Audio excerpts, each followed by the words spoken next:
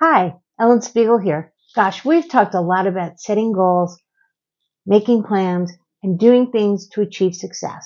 But sometimes we really get caught up in things and we get stuck. Do you ever feel like this hamster could be you? You're just kind of on a treadmill and you're going and going and going and you're not getting anywhere. It's almost as if you're just stuck in this maze, in this little wheel inside a hamster wheel. And no matter how fast you go, no matter how fast you run, you're still in the same place. Oh my gosh, it's so frustrating. It's just the same thing as when you have all these priorities and things get thrown at you and there's this and there's that and there's this and there's that. And you can't even get focused. You can't do anything because you can't juggle all of these different balls that are just getting thrown at you. But you can. And I'm here to help you today. So the first thing to do is just breathe.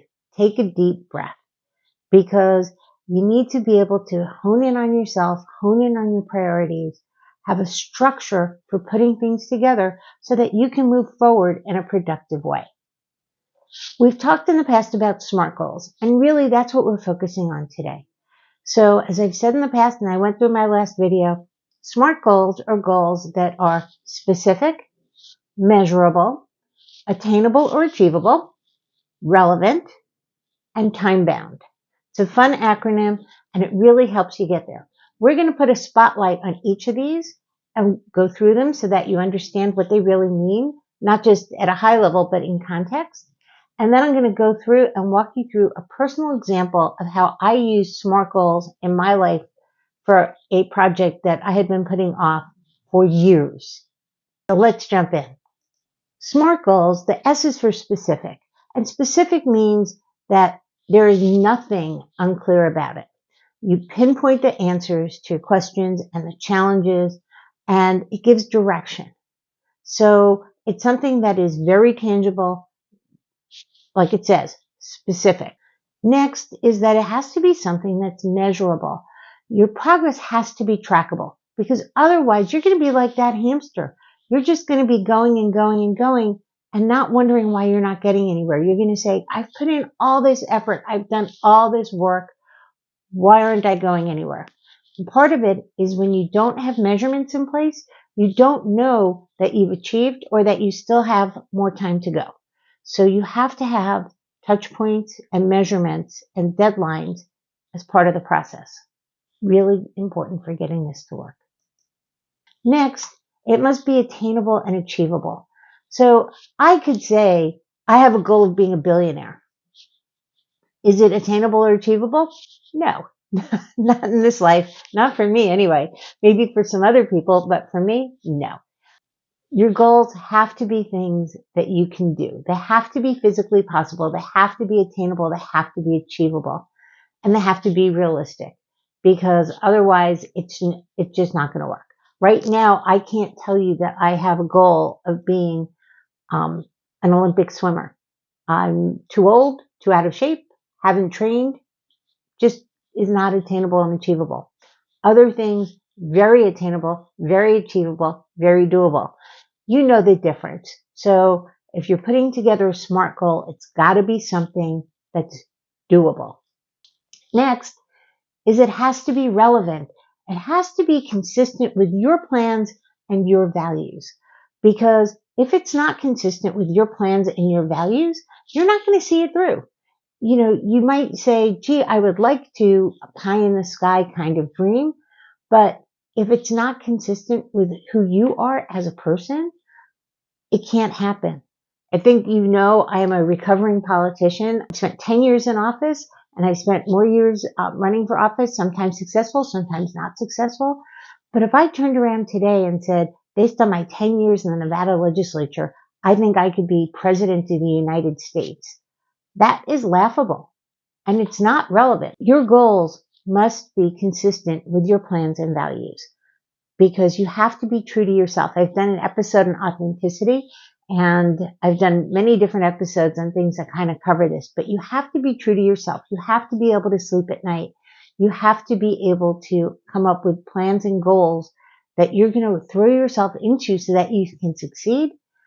but they have to be reflective of who you are and what's important to you. If it's not important to you, it's never going to happen. So be authentic in your goal setting. I mentioned before that things have to be measurable, but that also includes time. They have to be time bound, because if you don't have deadlines and milestones, then you're not going to be able to chart your progress along the way. And you're not going to be able to say, how much have I gotten done? And how much further do I have to go along? So it's really important to do this and to have milestones and deadlines within your SMART goals. And they just get written into it.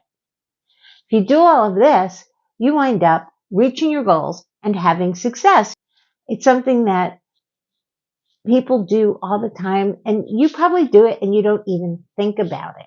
So I'm going to walk you through an example of setting goals and setting a goal that I set for myself. And it's something that took me years and years to do. It shouldn't have, but it did. So we're going to jump into this now.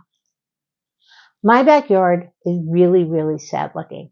My husband and I moved into our house 9 years ago, and the backyard was pretty much empty. It's gravel. There were a handful of these boulders. I don't know why they were there, but somebody put in these decorative boulders. And there were 5 very sad rose bushes, and a path that was just not going anywhere and was horrible. So this was my pathetic backyard. It needed a total transformation. But because I was an elected official, it wasn't as simple as you would think to put something together and to transform my backyard. So first of all, I had a budget. That wasn't really the stumbling block. I had very challenging time frames. If I was in office, the Nevada legislature meets in Carson City, which is about 400 or 500 miles away from my home. So I was out of town a lot and traveling a lot, also going to conferences and meetings and committee meetings. I also own a business, so I was traveling for work. Very weird time frames that I had to fit things in. Or I was running for office, in which case I had other very weird time constraints that were put onto me. Other things that people don't think about is that I had to find a vendor that was licensed, and not just licensed with the state, licensed with the city, licensed with the county, licensed with the contractors board. I wanted somebody who would take on a job as small as my backyard, because a lot of vendors won't take on jobs that are this small. So it can actually be harder to find someone to work with you if you have a small project than if you have a big project. And I also wanted somebody that had good Yelp reviews. That was important to me. I didn't want to just hire someone that was going to do a bad job and or not meet their timeframes. It had all sorts of constraints. And believe it or not, it took me 7 years to find somebody who would transform my backyard for me. So I decided that I needed to make it a SMART goal, and that I could write in a plan that would help me reach my goal and address my challenges.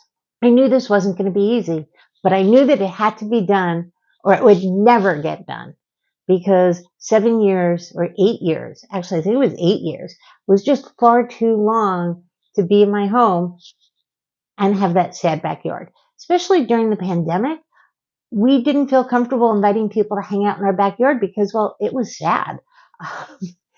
So it just didn't happen. And it was time to turn that around. It was time to change it up. I came up with a specific goal. My specific goal was to create a backyard oasis and make it a place where my husband and I would enjoy hanging out, where our friends could come, where we could hang out. I wanted something that was going to be lush, that would grow in and have the whole back wall filled with greenery and flowers and just wonderful things in my backyard oasis. As I said, I had measurable goals. I had things that had to be done. So I decided that I'd have to research my vendors by March 30th. I live in Las Vegas in the desert. As you know, it gets very hot in summer. So I didn't want to have my plantings be done too close to summer. But something that you don't know is that, or may not know, is that we also get cold in winter. And we often have nights lows in the 30s or high 20s. So I didn't want to plant in the winter or too close to the winter because I didn't want my new plants to be freezing. So I had this small, relatively small window in which I could be planting and doing things. I had a number of other things that were going on in my life. I was running for office. I was running statewide, and I needed to be able to carry on all of my campaign activities. I had a primary election that was in early June and needed to get through my primary, but needed to devote most of my time to my campaign without still ignoring my family, my business, and my other responsibilities. I live in a homeowners association. I needed to make sure that my plan would get approved by the HOA. So I wanted to have that done by April 30th so that I could then hire the people to then do the work so that we could get it done before it started getting too hot. We usually don't hit, well, we've never hit 100 before May 1st, and we usually don't really before June 1st. So I wanted to get in as close to early June as I could, because again, I didn't want my new plantings to just be drying out because of the heat. I wanted the project started by May 25th. And as I mentioned, I also really, really wanted to have the project done by the middle of June. So I had some pretty tight time constraints. Now, was this attainable and achievable? Because I had a big vision. Yes, because it still was a relatively small job. So I knew that what I wanted was possible. And I also asked the vendors, how long do you need for this? I didn't ask them, can you have it done by X date? I worked backwards. And I said, how long do you need? And the vendor that I went with ultimately needed 3 days. So 3 days, I knew that I was looking at something realistic and possible, which meant that it was attainable and achievable. I came up with a vision. I actually went online and pulled down from my city the schematic outline of my house and put it into a PowerPoint and created a vision of what I wanted my backyard to be. Because every time I was talking to landscapers, they were saying, well, what do you want? And it was hard to verbalize. So I put together a schematic. So now I had an actual plan that I could share with people. And I could say, here's where I want these kinds of low water usage plants.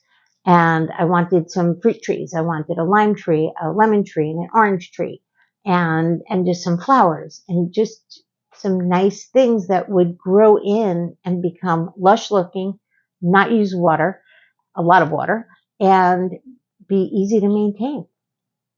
And I wanted a path because I wanted there to be some interest in the yard. So again, some of my requirements were that they had to deliver something that was within my vision and that met my budget goals. That's what made it relevant. And guess what? It was done by June 15th. It came out fabulous. So I had this time-bound constraint. It actually was done about a week before then. As I said, it only needed 3 days. And it really looks fabulous. It's been growing in. 2 of my plants didn't survive last summer through the winter, so I have to replace them. But otherwise, it is gorgeous.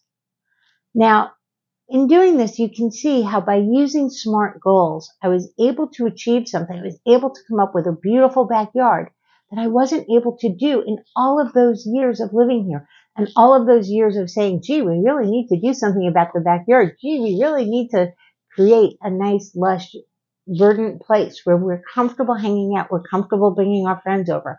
We're comfortable knowing that we can enjoy this other part of our home. But it took all those years, and it took making it into a SMART goal to achieve it and to have it. And this doesn't just work when it comes to things like home projects. It works in business. It works in personal life. It works in all kinds of areas. But you have to put things into bite-sized, manageable goals, things that you can do, things that you can achieve. Because when you do that, you make things happen. And when you make things happen, you get off that hamster wheel and you really start to enjoy life. And you can see that you reach your goals. You feel that sense of accomplishment. You feel that sense of pride. And then you also see where you can then use that as a basis for taking off for the next things that are important to you. I hope you found this valuable. I hope you found this enjoyable. please check out my other videos. If you like what you saw, please like and subscribe and share. Tell people about me. Again, Ellen Spiegel. This is my channel, Structure for Change, and I'm here to help you along and get to the next place you're going to in life. Hope you enjoyed it. See you next time. Bye.